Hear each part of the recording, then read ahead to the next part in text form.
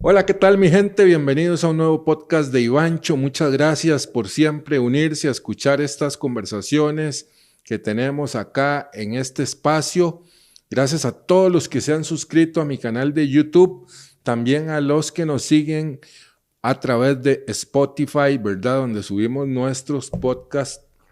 Teníamos días de no subir, pero aquí estamos de nuevo y el día de hoy entrando en materia con un invitado muy especial, don Diego Ruiz Gatjens, un amigo que conocí en medio de todos estos documentales que hemos venido haciendo, hablando temas del Bicentenario y demás, y con un grupo de amigos que nos gusta la historia.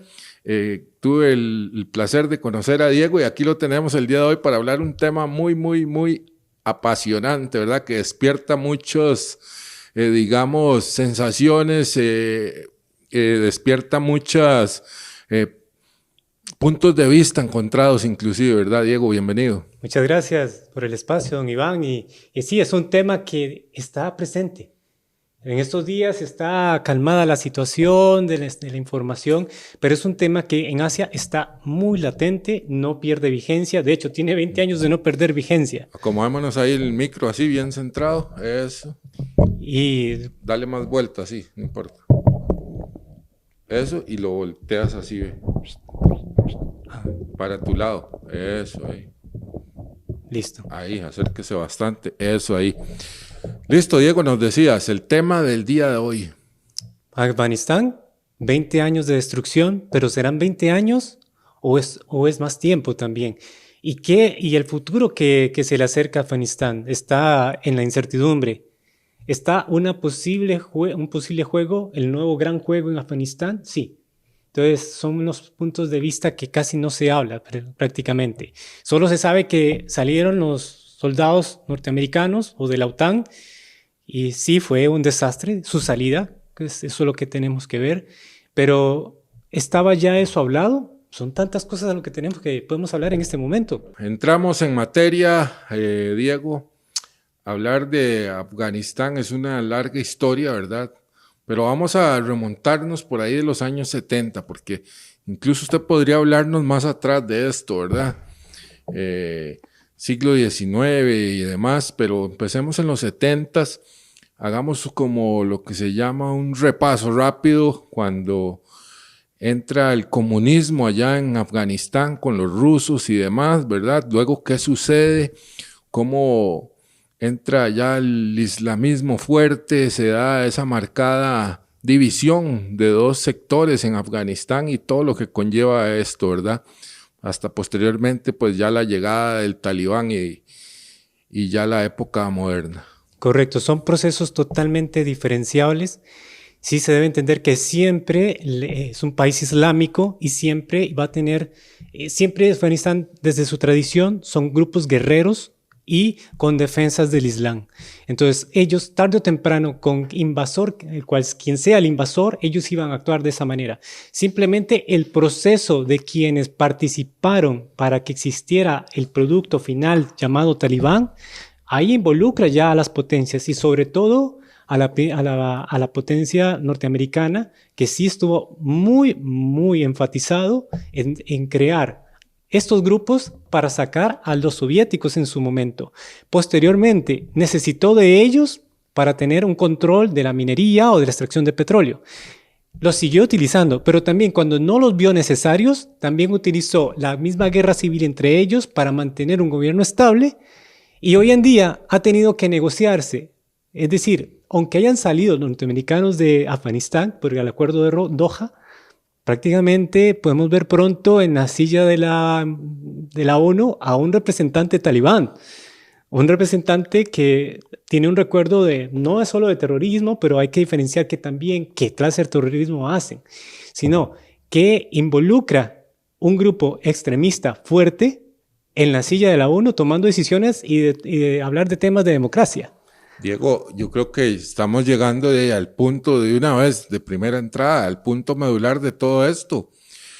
Y es Estados Unidos, ¿verdad? ¿Y por qué se da esa invasión que usted llama, ¿verdad? Pues obviamente fue una reacción al tema de las Torres Gemelas, en el cual señalan directamente al grupo de Al Qaeda, ¿verdad? Entonces inmediatamente pues se forma toda esta fuerza internacional y barren Afganistán en busca de ellos, cosa que no logran el objetivo, ¿verdad? No logran atrapar a su líder, sino hasta muchos años después, ¿verdad? Bueno, al menos es la noticia oficial que dan, que lo capturan, ¿verdad? Es ahí donde se da la entrada, como una reacción a este terrorismo, digámoslo así, como tiene que ser. Fue un acto vil, terrorista, cobarde, lo que ocurre en las Torres Gemelas, donde muere gente inocente.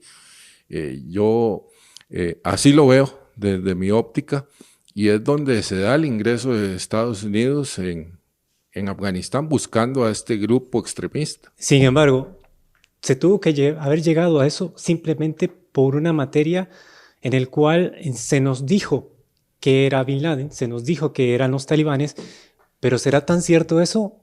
Al día de hoy se critican mucho esas posiciones. En defensa, en lo que podemos tener únicamente defensa de los talibanes, es que ellos tenían dentro de los territorios de Afganistán al grupo de Al Qaeda, pero eso no significaba que el mulá Omar fuera un terrorista.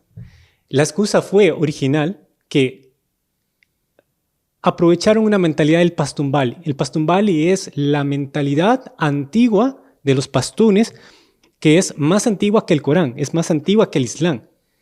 El Islam puede tener ciertas cosas escritas en el cual ellos buscan que se ajuste su nueva forma de gobierno. Sin embargo, el Pastumbalis tiene más de 3.000 años de tradición y son costumbres que pueden ser herederos, hijos de la ley del talión, por así decirlo. Entonces ya entendemos que van a tener ideas más radicales en un periodo de que en el mundo, siglo XX, hemos perdido mucho de esas costumbres ya en el mundo, hemos cambiado mucho.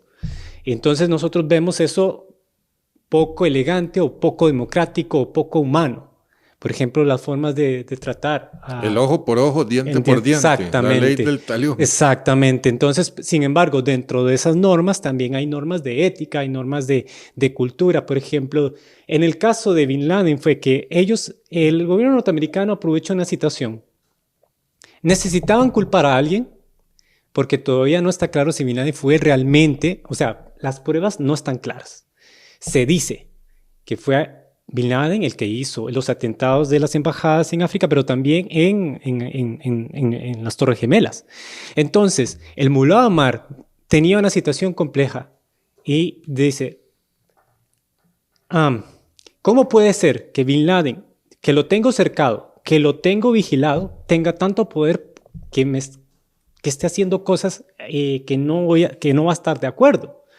Y entre esos se entiende por periodistas pakistaníes, se entiende que sí, como que dio Bin Laden una total o absoluta forma de sumisión al mulá Omar, porque es un invitado, no era el líder del país, es un invitado en el país, son guerrillas árabes formadas desde Arabia Saudita y desde Estados Unidos con mucho financiamiento desde los años 80. Y los acogen en Afganistán. Luego, los acogen en Afganistán por posturas ya internas, decisiones, ya es una guerra entre mujahidines. Mujahidines, correcto. Correcto, entonces ya vamos a referirnos a la palabra mujahidín. Pero en esta situación, el mulá Omar defiende a Bin Laden simplemente diciendo, pónganme las pruebas y si es cierto que Bin Laden es el autor de esas obras, se los entregamos. Pero mientras no hagan eso, yo no puedo violar una ley tradicional. Para ir entendiendo el tema y desenredando esta madeja, hablemos de los mujahidines. Hay diferentes tipos. ¿Cómo es que operan ellos? Siempre desde, por ejemplo, cuando empezaron los soviéticos a entrar, cuando entraron en el 79, ya diciembre del 79, digamos, los radicales radicales musulmanes, o hay que ver los que ellos estaban defendiéndose de su país de un invasor, simplemente con el legado islámico. Eso está bien, no está mal, porque ellos están defendiendo una cultura, se están defendiendo un invasor, pero era la lucha también en un pueblo que venía de un grupo que sobre todo en Kabul, donde se experimentó mejor los términos de democracia, los términos de apertura comercial, que la mujer tuviera mayor participación. Eso en las áreas rurales siempre fue difícil. Obviamente había un choque cultural entre la gran ciudad de Kabul, y el resto del país, que se trató de implementar, pero hubo resistencias. Además que, por ejemplo, eso también sucedía en Irán. Irán para 1970, igual en 1970 Afganistán era una cultura que se estaba occidentalizando mucho. El rey del momento, que fue el último Shah para Afganistán, Zahir Shah, era un apostado a la economía capitalista, era un apostado a las ideas de occidentalización, era un apostado también a que los hijos de Afganistán, me refiero a los hijos, es que el pueblo afgano tuviera educación. Entonces muchos estudiaban en Estados Unidos y otros estudiaban en la Unión Soviética. Ahora, hay que tener claro algo. La Unión Soviética en su momento era la frontera con Afganistán. Entonces las oportunidades para ir más fácilmente a zonas de la Unión Soviética, donde hay múltiples universidades, era mayor. Simplemente que sí se podrá entender que tal vez muchos de los que estaban en la milicia afgana son los que tuvieron mayor participación en estudiar en la Unión Soviética. Entonces viene también el estudiar, pero viene el adoctrinamiento político. Como también así fue en Estados Unidos, los que iban a Estados Unidos y venían con su doctrina capitalista. Y a Rusia con su doctrina socialista. Sí, soviética de tendencia comunista. Comunista, correcto. Sí. Sin embargo, que en este paréntesis tenemos que ver algo. El rey no cayó porque tuviera unas malas políticas. Simplemente fue que se excedió, se adelantó a su época y generó una mayor tensión porque él creó una constitución para inclusive perder liderazgo. O sea que cuando se ha visto que un rey por sí mismo diga, bueno, voy a hacer una constitución para yo perder poder y que haya mayor parlamento y mayor participación y que entonces yo no verme tan implicado en ciertos asuntos. Uh-huh. Eso fue que su primo, Daud Khan, le hizo el golpe de Estado. Ahí se empieza a ver ya como división, por un lado estos rusos metiendo cosas que eran totalmente ajenas al islamismo y demás, ¿verdad? Querían meter otras ideas, habían grupos ateos inclusive, ¿verdad? Se dan esas divisiones y ahí pues empieza a dividirse en grupos, ¿verdad? Hasta llegar a estos mujahidines, ¿verdad? Que podríamos explicar un poco más. Sí, dentro de la mentalidad soviética, digamos, de los rusos y de los pueblos que no son eslavos, pero que estaban dentro de la Unión Soviética, no significaba que fueran ateos todos. No, claro, la iglesia rusa ortodoxa y las iglesias inclusive se mantenían de alguna forma, simplemente que sí, en su política había mucha gente de mentalidad atea. Se consideraba al comunismo como ateo, porque obviamente desde Lenin decía que realmente era el opio de los pueblos las religiones. Entonces, exacto, entonces había un acondicionamiento, sí, había una prohibición, sí. Entonces, el problema en Afganistán es que los veían a los soviéticos como ateos, pero también occidentales. También eso fue. Igualmente como los norteamericanos, que van a ser. Igualmente como los ingleses antiguamente. O sea, si vamos al siglo XIX, los ingleses rompen mucho con su cultura. Y rompen mucho con su forma de gobernarse a sí mismos. Una de las situaciones del siglo XIX con los ingleses es el control de Afganistán, que nunca lo lograron. Hubo 2 guerras importantísimas en las guerras anglo-afganas. ¿Qué lograron en la Segunda Guerra Anglo-Afgana? Dividir Afganistán y dividir el pueblo, o sea, hacer de Pakistán y Afganistán. Simplemente que Pakistán no existía, sino que era la India británica en ese momento, pero crean la línea Durand, dividen al pueblo pastún. También vienen ideas de los ingleses, ¿verdad? Pero una de las situaciones de su mentalidad era que es un invasor, que está rompiendo nuestra cultura, está imponiendo cosas y vamos a repelerlos. Lo lograron. Únicamente lograron es que existiera el rey, que gobernara internamente como quisieran. Eso se está viendo hoy en día, se está repitiendo. Pero su política exterior iba a ser completamente a la inglesa. Y vamos a ver que eso se está pareciendo mucho cuando lleguemos a ese punto, a lo que está sucediendo hoy en día. ¿Qué opinas de algunas prácticas de los grupos extremistas? Y bueno, no solo de ellos, sino lo que se vive ahí en Afganistán, el tema de la mujer, ¿verdad? Una serie de cosas que yo siento que retroceden en la sociedad al ser humano. Aquí tenemos que tener claro diferenciar muchas cosas, porque están las ideas del Pashtun Bali, que son los pastunes, que la etnia mayoritaria, es tan fuerte la población pastuna en Pakistán como es tan fuerte la población pastuna en Afganistán. Entonces, ¿qué viene aquí? Ellos van a mantener el Pashtun Bali como la norma a ejecutar con todas las demás tribus. Aquí viene el conflicto. Están los hazaras, que los hazaras son musulmanes chiitas. Eso va a ser un conflicto. También hay otras etnias, están los tayikos. De hecho, el famoso León de Panjshir, que fue el famoso general Massoud, que por cierto, muy interesantemente, a 2 días, el 11 de septiembre fue el ataque a las torres. El 9 de septiembre, pocos días antes de las torres, asesinan a Massoud, que no se sabe quién fue.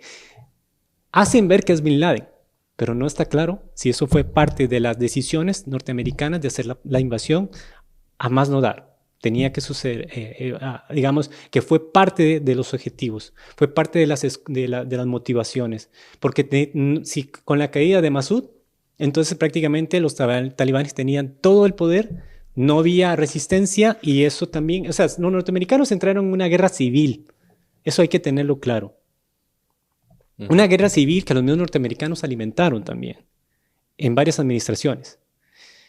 Se americanizó el asunto. Correcto. Lo vemos hasta en la película del famoso Rambo en Afganistán, ¿verdad? El héroe norteamericano ahí haciendo y deshaciendo, ¿verdad?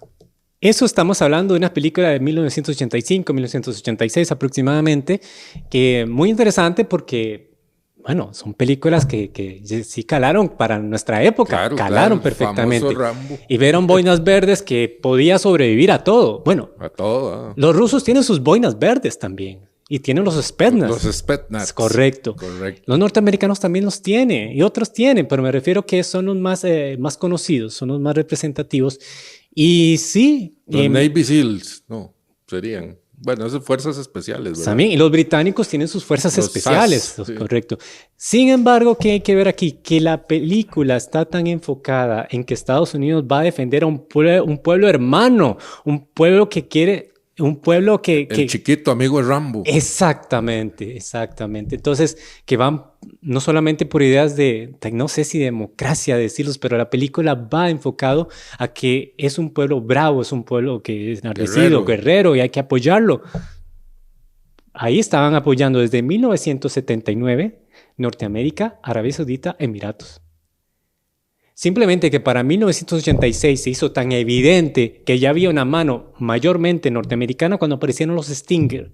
El Stinger es un arma que se puede decir de $40,000, que empezó a destruir aviones de última generación soviética de $10 millones.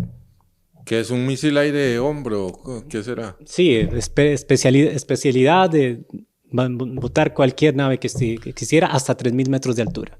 3,000 bueno, no sería de hombro aire, sería algo como ya... Pero sí, desde hombro, sí, correcto. Sí. Ah, bueno. Entonces, ese pequeño artículo de $40,000 hizo la destrucción económica de la Unión Soviética y que la guerra de Afganistán prácticamente se cayera.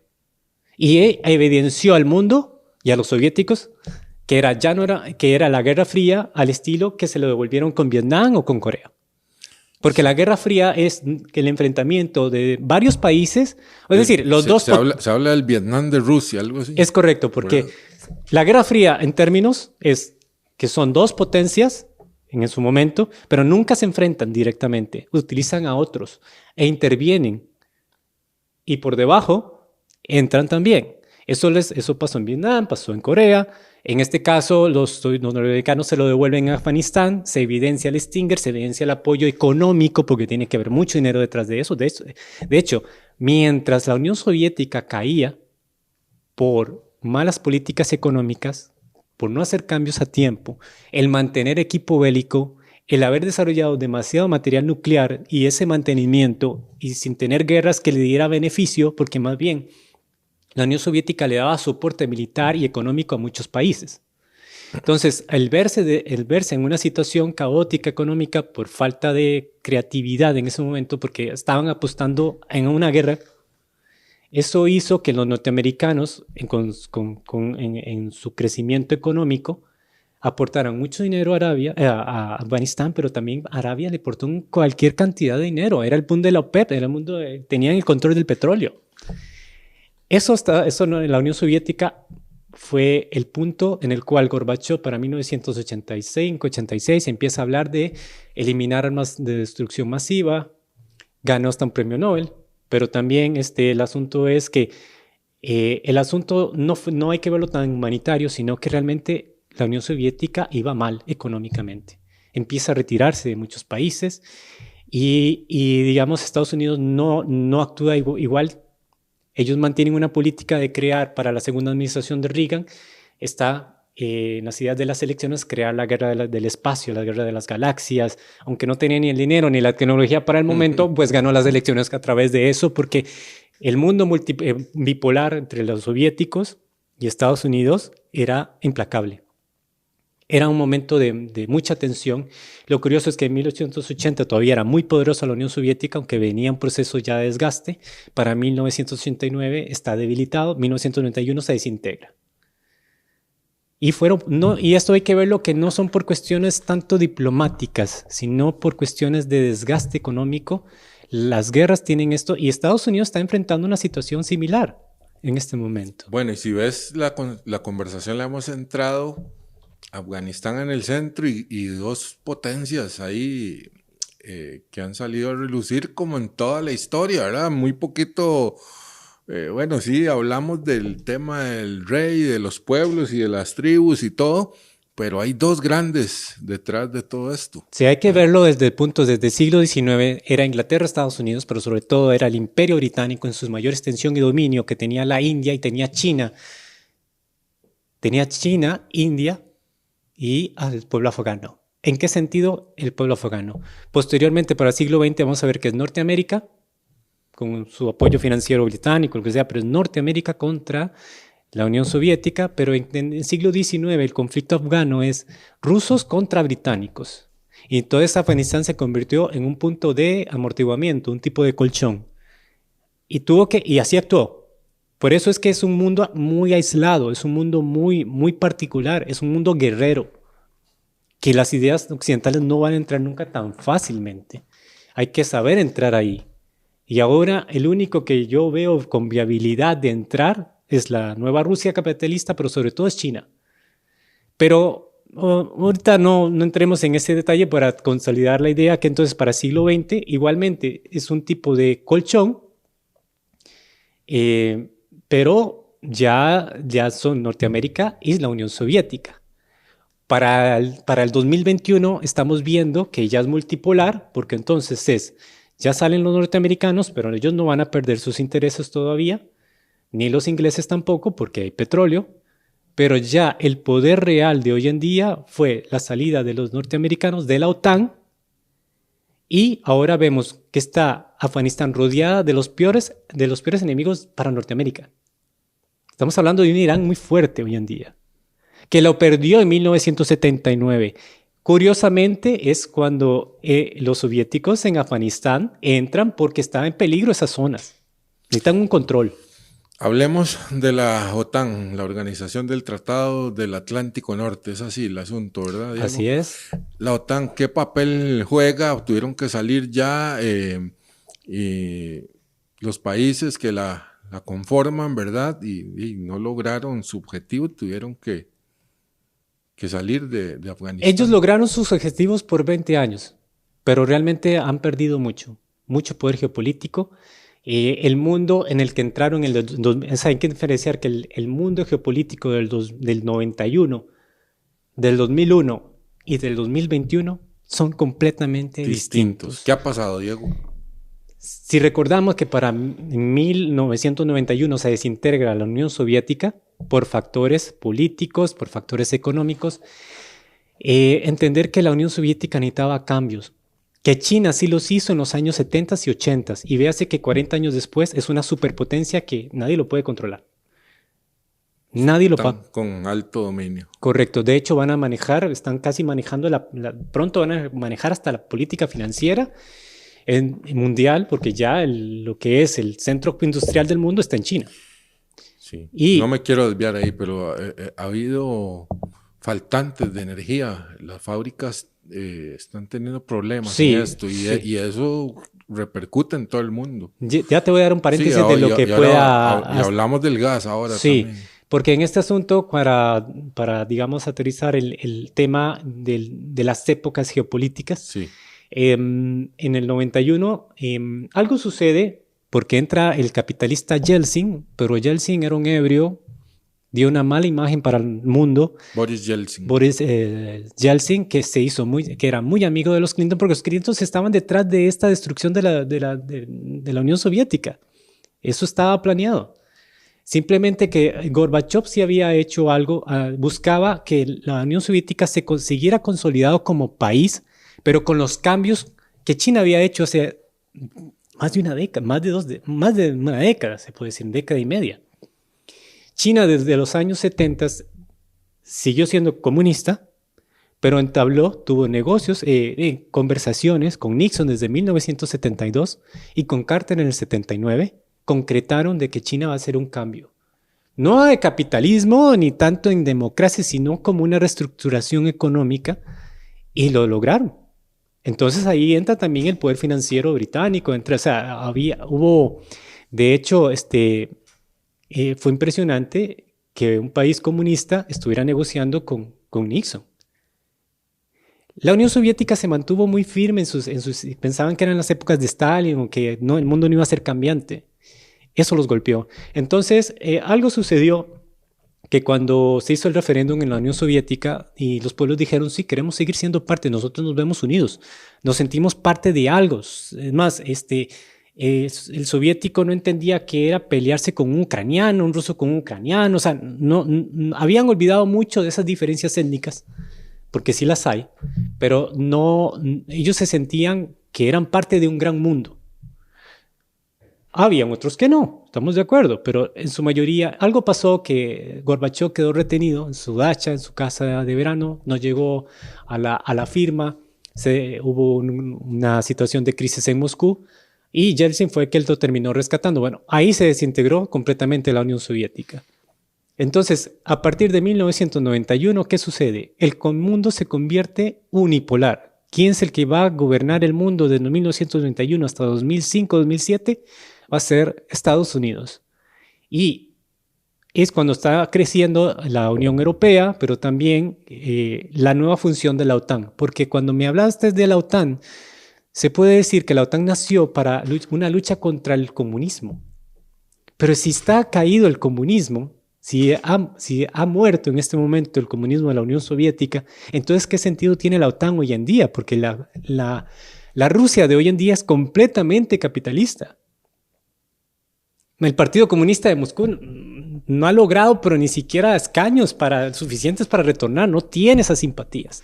Hoy en día el 70% vota por el partido, o bastante población ha votado por las ideas de Putin y ha mantenido, sí, la mentalidad de tener a alguien fuerte, porque ha sido una tradición en Rusia tener líderes fuertes. Desde monarquía, desde el último zar, luego a líderes políticos como Stalin, y ahora vemos a un Putin fortalecido dentro de un mundo capitalista. Es decir, que lo que está sucediendo hoy en día y las tensiones de hoy en día es volver a 1911, 1912. Es la lucha de los grandes capitalistas por el reparto de los mercados. Bien, retomamos en la línea de tiempo. Diego, hablemos un poquito, bueno, ya hablamos de la parte socialista en Afganistán y vámonos al Estado Islámico, ¿verdad? La entrada del Estado Islámico y el primer Emirato Islámico, ¿verdad? Todo lo que pasa en esta fase de la historia. Hay que dividir dos mentalidades. Cuando se habla de terroristas, hay que tener claro qué tipo de terroristas estamos hablando.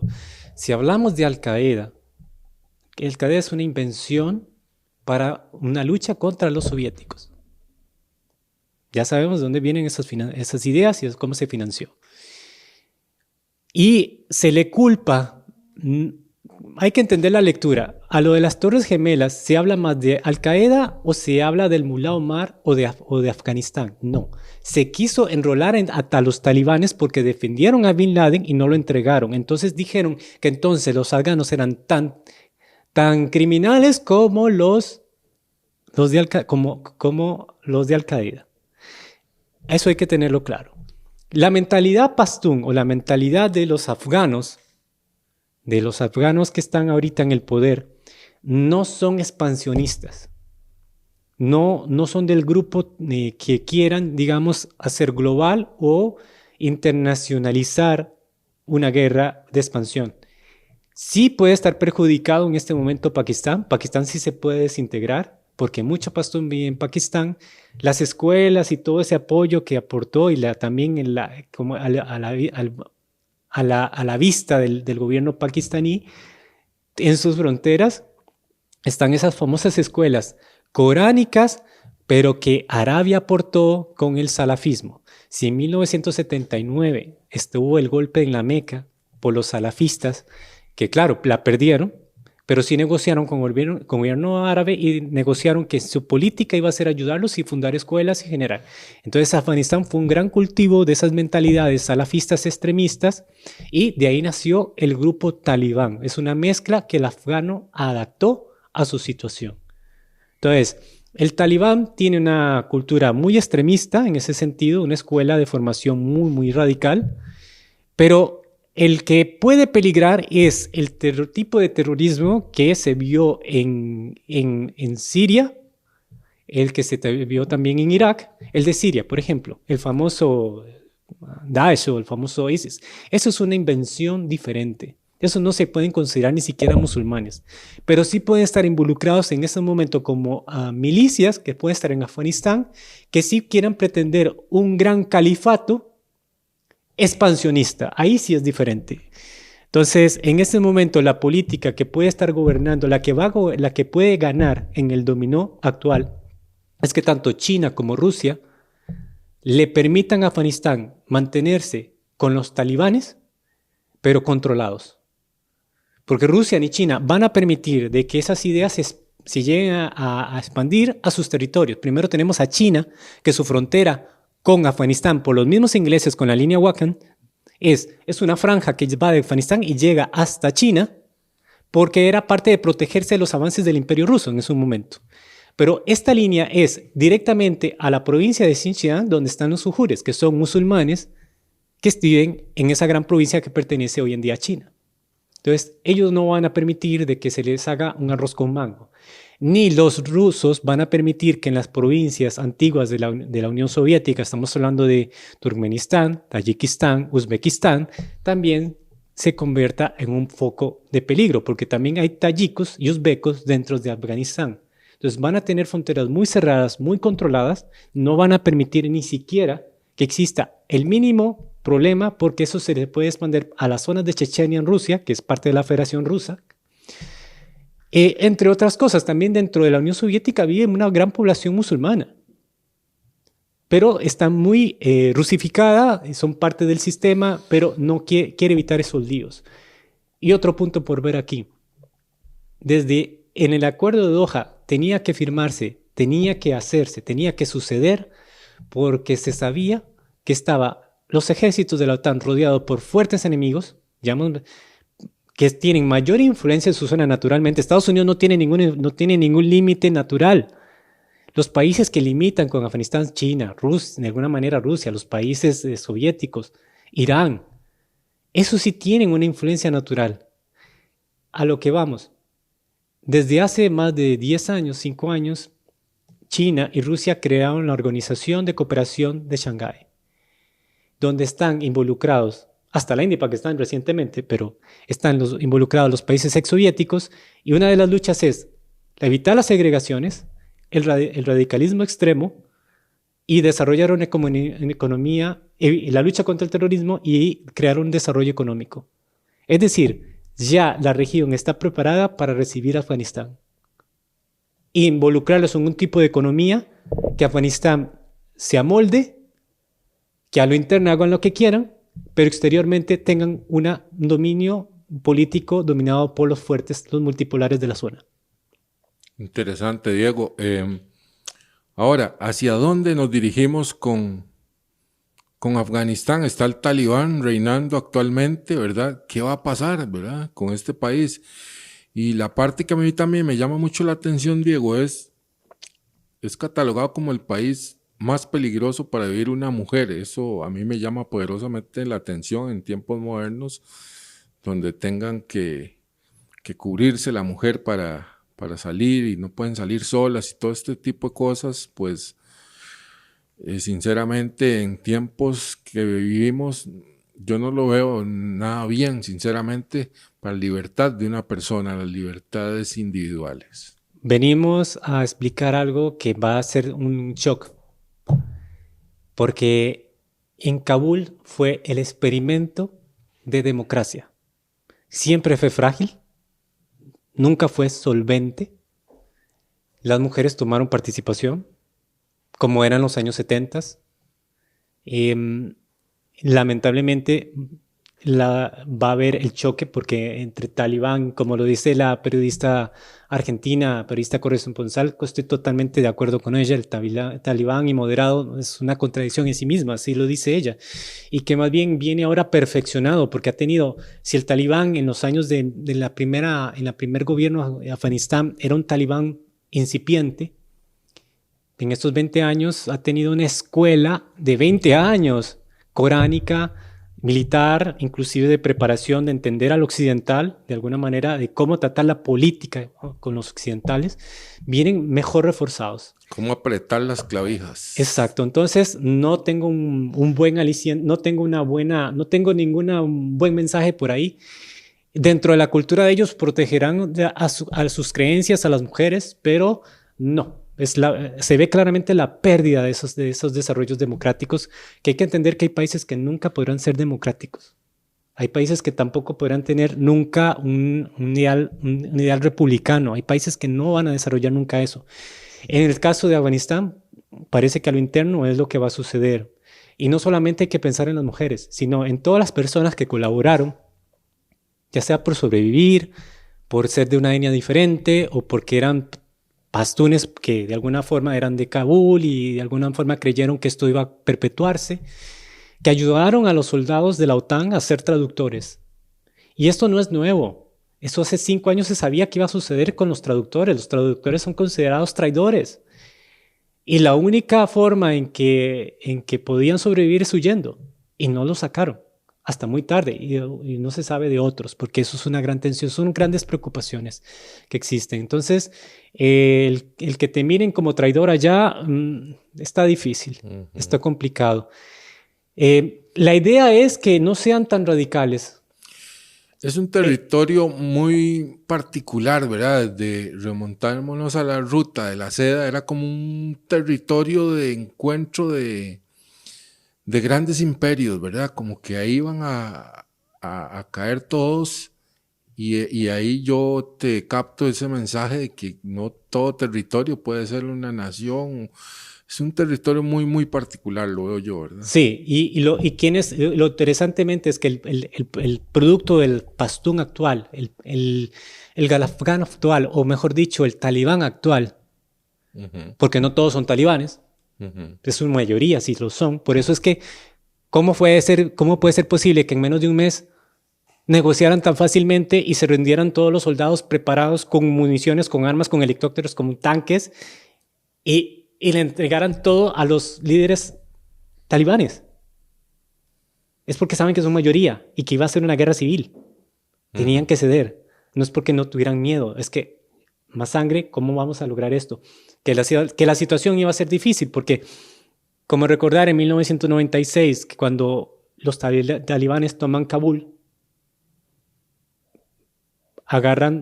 sacan ilegalmente de sedes diplomáticas al último presidente, pues, de ese entonces, Nayibullah, que sí era de corte socialista, pero se había hecho la distancia para buscar la reunificación, creyendo que podía lograr unificar a su pueblo y bajar las tensiones, pues lo colgaron. Y a su hermano también. Diego, este presidente que sacaron ahora, que que es la contraparte de los talibanes, pues ¿de qué línea es o cómo estaba el asunto? Sí, antes de dejarte claro, sí, te voy a decir algo que me dejaste siempre pensando, que sí he escuchado eso, pero yo no lo creo, que si Afganistán es el país más peligroso en ese sentido. Para ¿verdad? las mujeres. Te comento, los salafistas de Arabia Saudita, ¿qué te puedo decir? Ellos tienen esas mentalidades también en Arabia. Inclusive hasta ahora las mujeres están ganando un poquito de terreno, pero se les prohibió manejar, se les prohibió fumar, tenían que andar también con todo la vestimenta. En Afganistán se les castiga, se les la pide. Pero en Arabia Saudita también tienen esas, porque también son mentalidades que el salafismo también mantiene. O sea, son países que tienen su cultura muy distinta. Y no es que vean extranjeros y los vayan a hacer daño, no, es que tienen estructuras diferentes. Sí, sí. Entonces, no aceptables para mí, por lo menos. Exacto. Entonces, y para mucha gente, obviamente. Correcto. Entonces, si nosotros vemos que los extranjeros van a Dubái y todo eso, es porque hay colonias especiales para donde los extranjeros pueden ir a hacer su turismo. Igual en Arabia.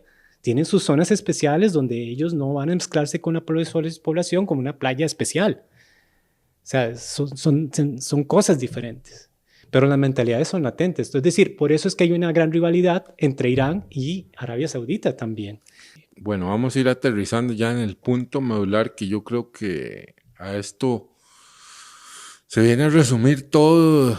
De aquí nace todo, que es las creencias, ¿verdad? Y las creencias religiosas. Dicen ellos, no hay más Dios que Alá y Mahoma, que es el profeta de ellos, el profeta Mahoma, y de ahí veo yo que esa creencia de ellos es de donde se ha generado todos los roces, porque irrespetos a esas creencias los han hecho reaccionar, y pues de ahí creo yo que es como la génesis de todo lo. No se le debe culpar al Islam. No lo estamos culpando.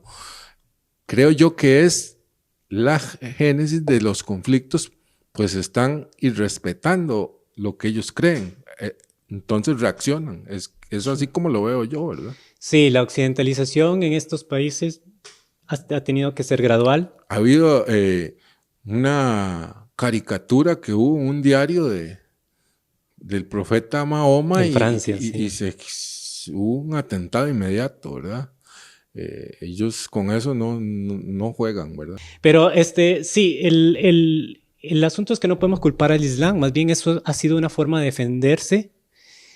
Sí, como te digo, los occidentales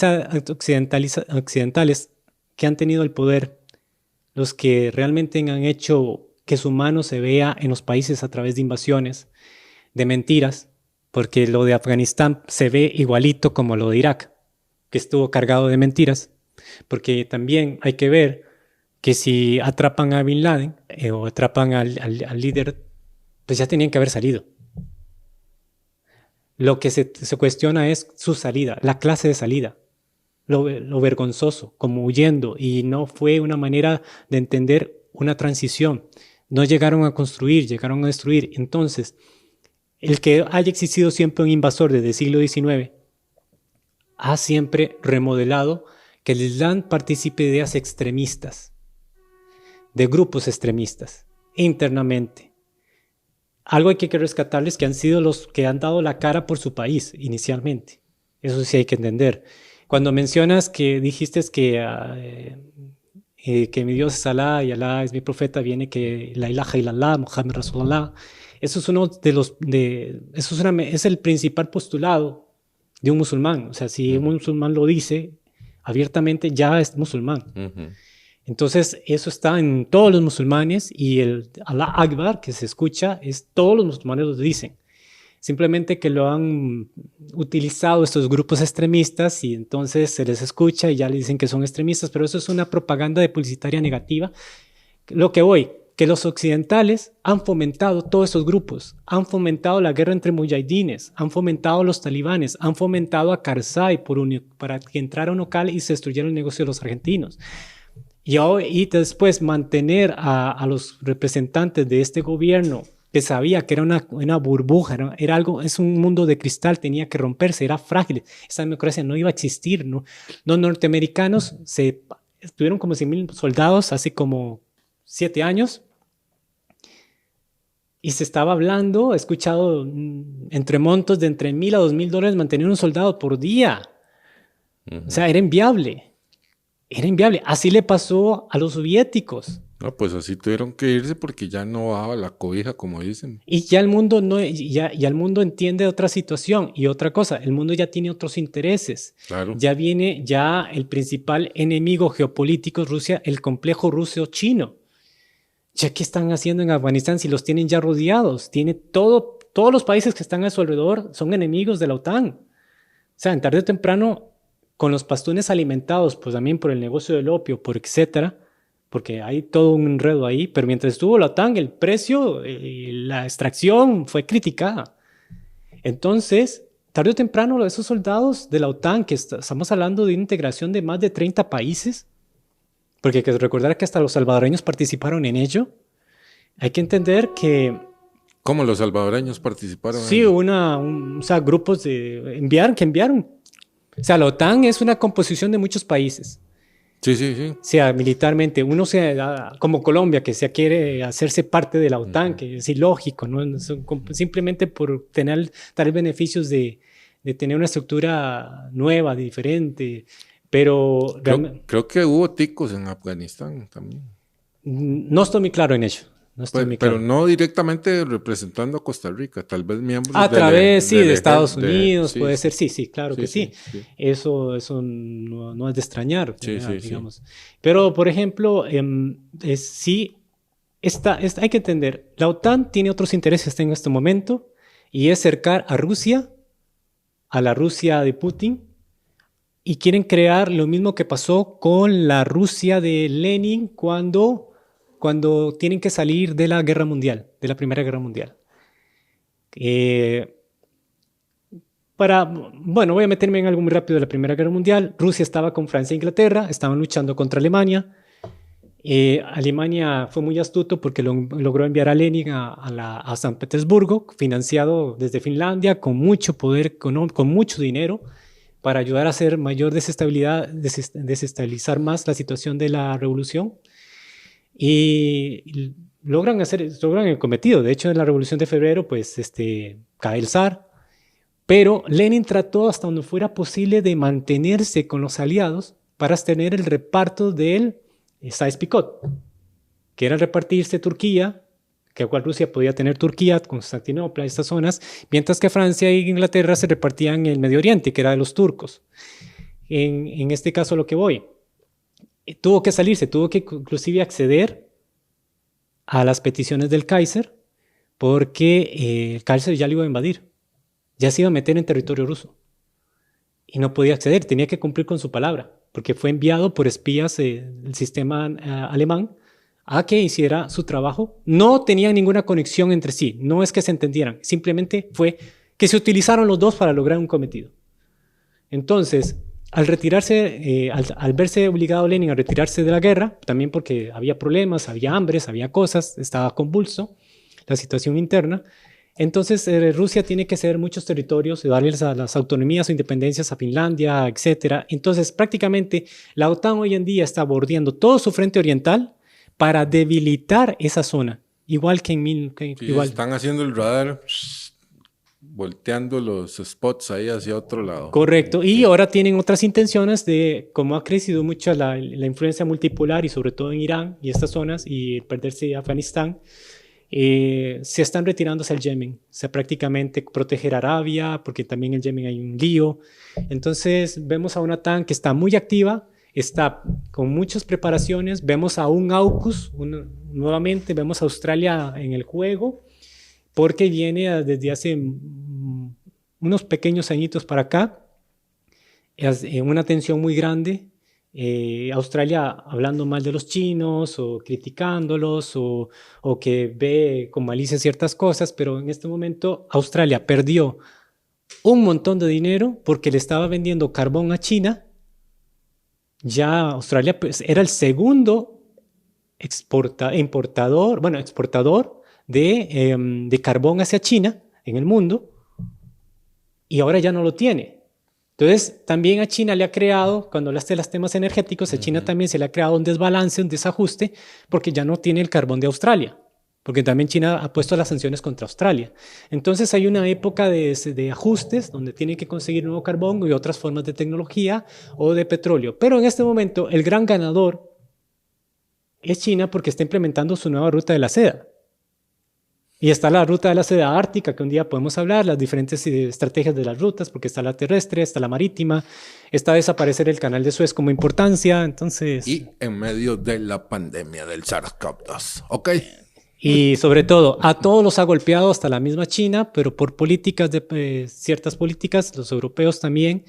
Pero también vemos que si queremos hablar un tema luego de lo que es la escasez, que están generando un periodo de escasez provocado, está muy visible. Sí, yo vi la noticia que iban a racionar la electricidad en las fábricas, entonces esto iba a ralentizar la producción de miles de productos que consumimos a diario en todo el mundo, ¿verdad? Entonces, pues esto es crisis, ¿verdad? También. Pero eso es temporal y no, bueno, tal vez y no ser, es en toda puede China. Ser controlado, ¿verdad? Y no también. Es en toda China. Es como la pandemia, lo que sucedió en un laboratorio de Wuhan. China no cerró su país, cerró Hubei, que es una gran ciudad donde está este lugar. Pero no es que cerró todo China, no. China estuvo abierto. Y más bien ganó en las bolsas, compró empresas. Es que también aquí está hablando un juego de bolsas. Aquí están generando del pez gordo cómo agarra un pez más pequeño. Golpeó durísimo a Estados Unidos esta pandemia. Lo que preocupa más es qué va a suceder con Evergreen, porque ahí sí es un problema ya mayor y el gobierno chino no le interesa ayudarlo. Y si no le interesa es porque sabe cómo resolver la situación, pero sí hay una transición muy incómoda. Y lo que está pasando en Inglaterra es por su salida del Brexit, por un nacionalismo que yo vuelvo a repetirte. El Brexit simplemente es un nacionalismo, hasta absurdo, pero simplemente es lo mismo que hicieron los alemanes y los británicos en 1911, 1910, 1912, que cerraron sus mercados, se tornaron nacionalistas y también continuaron hasta en la Segunda Guerra Mundial. Cuando se cierran los mercados, es donde hay problemas y se hacen guerras. Hay problema de gas, ¿verdad? Hay problema de gas, hay problemas sobre todo porque también, en primer lugar, hay problemas de transporte de alimentos, también de hidrocarburos, el paso porque no tienen choferes. Los trabajos, los choferes, muchos trabajos en este momento necesitan mano de obra en Inglaterra, pero sí hay, podría, pero los salarios bajos se los daban a los europeos orientales. Uh-huh. Entonces, y eso está implicando también un golpe muy duro porque hay mucha gente que Johnson dice muy alegremente que van a subir los salarios, pero los empresarios, ¿cómo van a subir los salarios? En plena pandemia nos tienen así, nos tienen asá, uh-huh. Y ahora con esta situación de cómo vamos a subir si estamos faltos de muchas cosas, ¿cómo vamos a subir los salarios? ¿Cómo vamos a dinamizar realmente la economía? Esa es una gran pregunta. Eso es un nacionalismo que está perjudicando. ¿Que va a ser temporal? Sí, pero ahora viene otra maraña de problemas. Cuando funcione Nord Stream 2, eso tiene que resolverse, pero el invierno que está empezando ya, se está adelantando inclusive. Sí. Ahí se van a congelar más de uno. Se va a congelar. Exactamente. Y van a tener que ceder o ampliar plazos o ver cómo negociar, porque Inglaterra anda buscando cómo negociar hasta con México el Tratado de Libre Comercio y México le dijo que no, no tiene apertura de nadie, entonces se está buscando alianzas con los países que son anglosajones, como Australia, va a tener que buscar Nueva Zelanda, va a tocar las puertas de Canadá, etcétera. Bueno, Diego, nos ganó el tiempo por hoy. Vamos a invitarte próximamente. Vamos a hacer otro temita. Esperamos que les haya agradado el podcast del día de hoy. Muchísimas gracias. Agradecerle a Diego Ruiz esta amplia ponencia que nos ha dado el día de hoy de este panorama geopolítico mundial que hemos andado por todo lado, ¿verdad, sí, Diego? Pero es que todo está muy conectado y lo de Afganistán también generó que se adelantaran cosas. Bueno, y estamos haciendo el podcast de Afganistán porque se están cumpliendo ahí los 20 años. 20 años estábamos, 7 de octubre de 2001 ya era la invasión en territorio afgano. 11 de septiembre fue lo de las Torres Gemelas, o 7 de septiembre fue prácticamente que ya entraron cuando había una guerra civil entre ellos, y 20 años que ya se están cumpliendo de ese recuerdo, que prácticamente hay que ver que el 15 de agosto supuestamente fue la salida de los norteamericanos. Entonces, prácticamente valoramos qué ha pasado con Afganistán, 20 años de destrucción. Buenísimo. Muchas gracias, Diego, y gracias a ustedes por acompañarnos en este podcast de Ivancho, que se ha convertido en una verdadera podcasterapia para mí, Diego. Me encanta sentarme a conversar a profundidad, sin estrés, analizar temas, soltar ahí ideas y demás, y creo que se relaja uno y la pasa bien, ¿verdad? Bueno, agradecido por tu espacio y espero que alguien de que nos esté escuchando haya visto algo interesante, algo nuevo, algo que tal vez tenía dudas, etcétera, que tenga, digamos, un aprendizaje en esto, es lo más importante. Déjenlo ahí en los comentarios, gente, si quieren decirle algo a Diego, ahí nos lo dejan en los comentarios, tal vez algún contacto, Diego, por si alguien quiera buscarte o algo para luego compartir ideas o algo. Bueno, puedo dejar, digamos, estoy creando una página de YouTube que digamos Faro Geopolítico. Entonces voy a estar tratando de dar como pequeñas clases de historia. Acabo recién de hacer de Afganistán, dura 1 hora y 30, pero la idea es no hacer, eso era por la época, por el momento. Es algo que yo crecí con ello, o sea, yo digamos en el 2001 era una persona te puedo decir que 25, 26 años, ¿verdad? Yo recuerdo muy claramente muchas cosas. Recuerdo lo de Afganistán, la reunión de las Azores, ver tres malvados diciendo que había armas de destrucción masiva y después ver a Aznar en España diciendo que como yo no sabía, porque no sabía, entonces, hey, no tengo nada que ver, pero no le importó las muertes de Irak. Y ver muchas cosas que hay que entender, leer muy bien las cosas, nos dicen una cosa, pero al final de cuentas es un engaño. Entonces, sí soy consciente que viví esa época, entonces siempre este asunto afgano y de Irak nos impactó mucho. Ver los atentados de Atocha también fue algo muy duro. Sí. Entonces, para el mundo en realidad, y obviamente uno quiere un mundo diferente, un mundo que no fuera bélico por cosas que no son reales, o sea, solamente los intereses de unos pocos. Y bien, sí, entonces en este canal voy a estar quiero hacer algo de la Primera Guerra Mundial, entonces en Faro Geopolítico, en YouTube, yo creo Faro Geopolítico en YouTube, buenísimo, invitadísimos a suscribirse al canal, y si no se han suscrito al mío, pues háganlo, suscríbanse, denle like a este video, activen la campanita ahí para que les lleguen las notificaciones cuando subimos video nuevo. Bueno, muchísimas gracias. Eso es todo por hoy. Pásenla muy, pero muy bien. Nos vemos. Chao.